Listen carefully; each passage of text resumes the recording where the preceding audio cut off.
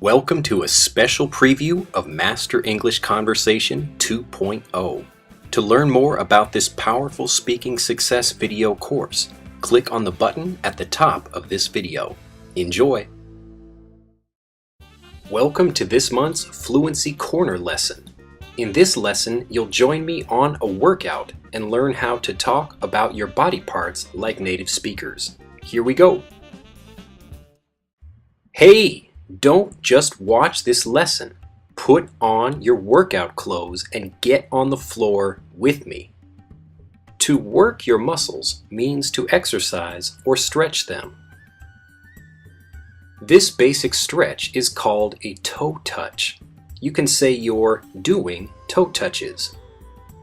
When you work out or do anything where you have to count, be sure to count in English. By the way, workout is a noun. Work out is a phrasal verb. As you stretch, you'll feel some pain in the muscle group you're working.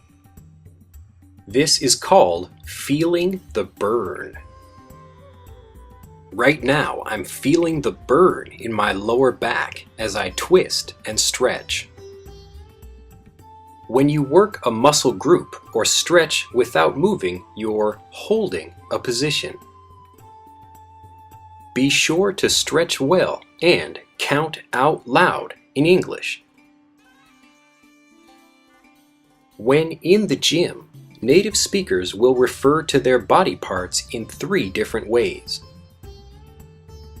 The first way uses the name of the body part that even children would know. As an example, I'm working my legs. Say you're working your arms, chest, or back, and any native speaker will understand you. The second way to describe body parts is by their muscle groups. Some of these are pretty common, and you may have heard them before. Others are only known by gym rats, or people who spend a lot of time training at the gym. Biceps are the muscle group on the top of your upper arm. Muscle group names are more specific. I'm working my biceps. Muscle group names are also used by doctors. Know the names of muscle groups and you'll get help faster at a hospital. Finally, abbreviate the muscle group name to sound cool and native. I was working on my bis and tris yesterday. After we finish stretching, we'll go through the various muscle groups with exercises. Welcome to the incline bench. We'll begin our workout by targeting our core. Your core, or your stomach and lower back, need to be strong if you want to be healthy. Your stomach muscles are your abs. This is short for abdominals. When you're out of shape, you can start seeing fat build up around your stomach. Common names for this stomach fat on your sides and back are love handles, because they give your partner something to hang on to, and muffin top, because the fat comes out from your pants like the top of a muffin. If you've got a lot of fat on your stomach, you have a gut or a beer belly. Everyone has muscles, but they're often under your fat. I need to burn my love handles. I'm using extra weight here to really work my abs. Try different exercises in your workouts. The name six-pack or well-defined abs comes from looking like a six-pack of drinks. If you don't have a bench, you can always do ab workouts on the floor. Common floor exercises for your abs are crunches and sit-ups. Feel the burn. Let's move on to our lower back. We'll also keep working our abs. For this exercise, I'm keeping my arms straight and using my back to pull the weight. I'm just demonstrating exercises here, but I'd repeat exercises many times in a real workout.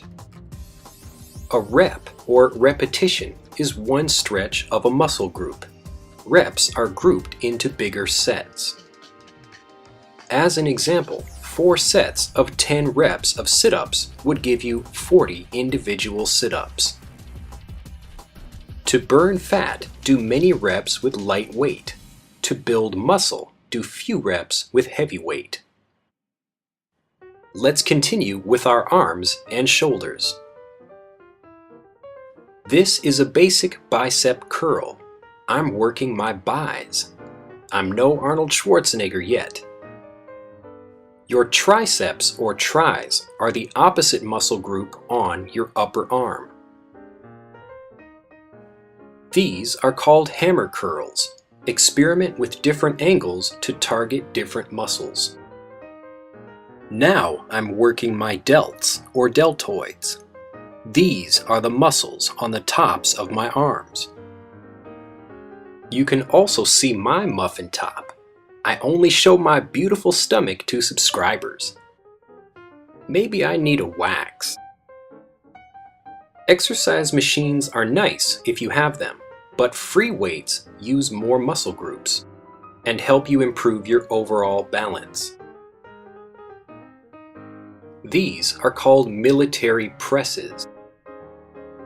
This exercise targets the delts and tris, and if you stand up, you'll also work your legs. These are tricep dips. If you don't have a machine you can use, a chair works just fine.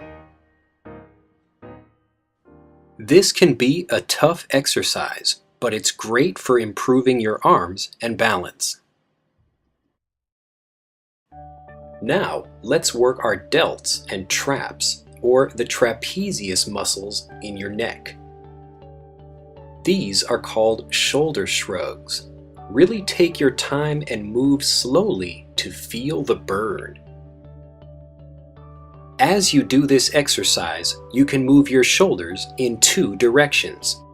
Move your shoulders up and down, or you can rotate them forward and backward. This is a lat pull. Your latissimus dorsi muscles are on your back and sides. Most muscle names come from Latin and Greek. The word muscle comes from the Latin word musculus, meaning little mouse. Study prefixes and suffixes, or the parts of words, to be able to learn many new words quickly. Now, we'll work our quads or quadriceps. These are the big muscles on the tops of your legs. This exercise is called a squat. It basically works every muscle group in your body. Tone your glutes, or the gluteus maximus muscles of your butt, with this exercise. This is a quad extension. We're still shaping and toning our quads. This piece of equipment I'm using is called a home gym. You can also call it a universal machine because you can do so many exercises with it.